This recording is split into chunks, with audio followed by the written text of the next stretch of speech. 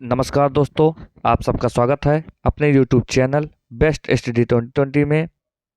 अगर आप किसी भी एग्जाम की तैयारी कर रहे हैं, चाहे वह शिक्षक भर्ती हो, एसएससी, एनडीए, रेलवे, एयरफोर्स, कोई भी एग्जाम हो, यह वीडियो आपके लिए महत्वपूर्ण होने वाली है। और 19 अक्टूबर डेली करंट अफेयर से रिलेटेड सारे क्वेश्चन आपको इस वीडियो में मिल जाएंगे। अब हम अपने प्रश्न की ओर बढ़ते हैं। आज का हमारा पहला प्रश्न है, third global maritime India summit 2023 का आयोजन कहाँ किया गया है? तो इसका आंसर होगा मुंबई में। कहाँ किया गया दोस्तों? मुंबई में। नरेंद्र मोदी ने मुंबई के एमएमआरडीए मैदान में आयोजित third global maritime India summit 2023 का उद्घाटन किया। अब हम अपने पॉइंट की ओर बढ़ते हैं।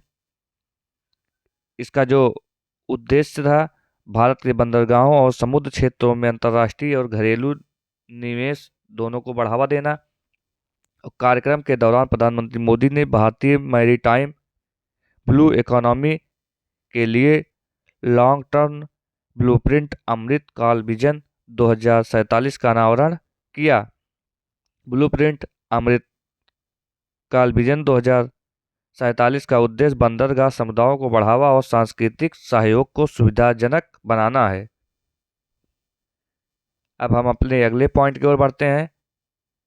सम्मेलन के उद्घाटन सत्र के दौरान नरेंद्र मोदी ने गुजरात के दीनदयाल बंदरगाह प्राधिकरण में 4500 करोड़ रुपए से अधिक की लागत से बनने वाले Tuna Tekra all weather deep draft terminal की आधारशिला रखी। अब हम अपने अगले पॉइंट की ओर बढ़ते हैं। मैरीटाइम इंडिया टाइम्स भारत में समुद्री अर्थव्यवस्था को बढ़ावा देने के लिए उद्देश्य से आयोजित किया जाता है। First maritime India summit जो है 2016 में हुई और सेकंड टाइम इंडिया समिट 2021 में। अब हम अपने अगले प्रश्न की ओर बढ़ते हैं। हमारा अगला प्रश्न है, संयुक्त राष्ट्र में भारत के अस्थायी प्रतिनिधि के रूप में किसे नियुक्त किया गया है? तो इसका आंसर होगा अरिंदम बागची को। विदेश मंत्रालय के प्रवक्ता अरिंदम बागची को जिनेवा में संयुक्त राष्ट्र और अन्य अंतर्राष्ट्रीय संगठनों में भारत का अस्थायी प्रतिनिधि नियुक्त किया गया है। अब हम कुछ पॉइंट के बारे में जानते हैं। संयुक्त राष्ट्र, इसकी जो स्थापना हुई 1945 में हुई। इसका जो मुख्यालय है जिनेवा है। सदस्य राष्ट्रों की संख्या जो है 193 है।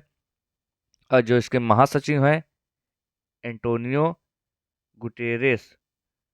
और संयुक्त राष्ट्र के मुख्य अंग जो 6 हैं, संयुक्त राष्ट्र महासभा, सुरक्षा परिषद, संयुक्त राष्ट्र आर्थिक एवं सामाजिक परिषद, संयुक्त राष्ट्र न्याय परिषद, अंतर्राष्ट्रीय न्यायालय और संयुक्त राष्ट्र सचिवालय। ये 6 जो है इनके मुख्य अंग हैं। अब हम अपने अगले प्रश्न की ओर बढ़ते हैं। डेनियल नोबोवा किस देश के सबसे युवा राष्ट्रपति बने हैं? तो इसका आंसर होगा इक्वाडोर के। पूर्व राष्ट्रपति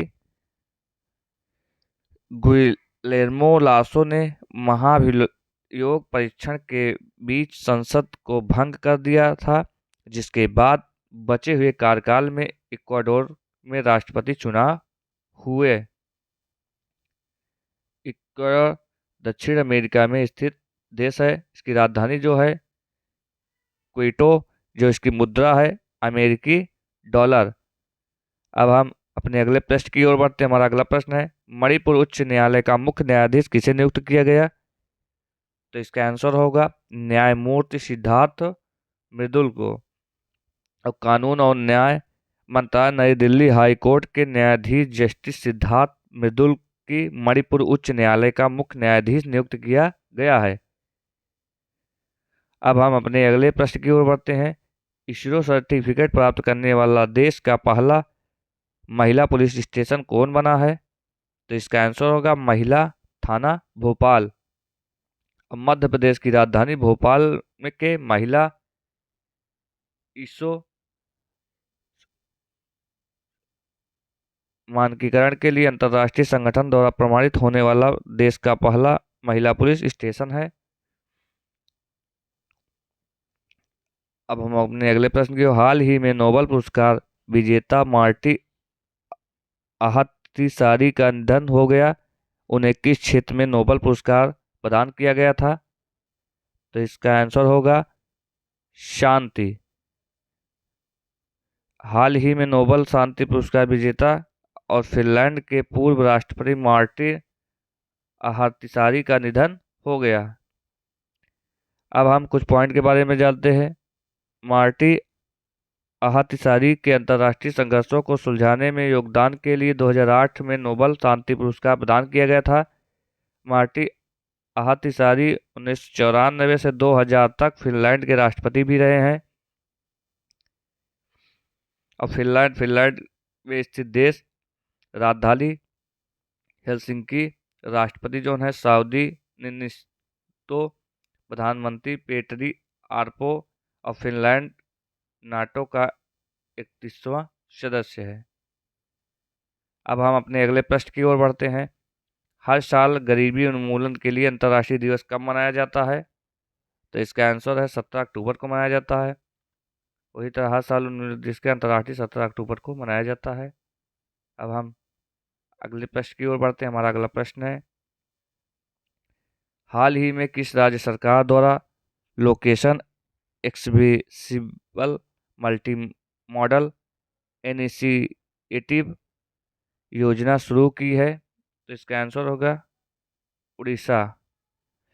उड़ीसा के मुख्यमंत्री सीएम नवीन पटनायक ने उड़ीसा के मलकागिरी जिले में location accessible multi modal initiative योजना शुरू की है। अब हम अपने अगले प्रश्न की ओर बढ़ते हैं। हाल ही में किस रेजिमेंट के प्रेसिडेंट कार्लस पुरस्कार से सम्मानित किया गया है? तो इसका आंसर है नागा रेजिमेंट को। हाल ही में नागा रेजिमेंट के 3री बटालियन को प्रेसिडेंट्स कार्लस से सम्मानित किया गया।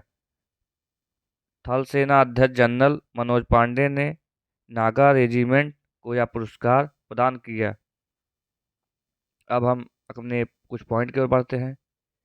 प्रेसिडेंट्स कार्लस अवार्ड, यह पुरस्कार युद्ध और शांति दोनों को राष्ट्र को प्रदान की गई है। असाधारण सेवा के लिए सैन्य यूनिट को दिया जाने वाला सर्वोच्च सम्मान है। इसकी जो शुरुआत हुई 1951 राष्ट्रपति राजेंद्र प्रसाद द्वारा।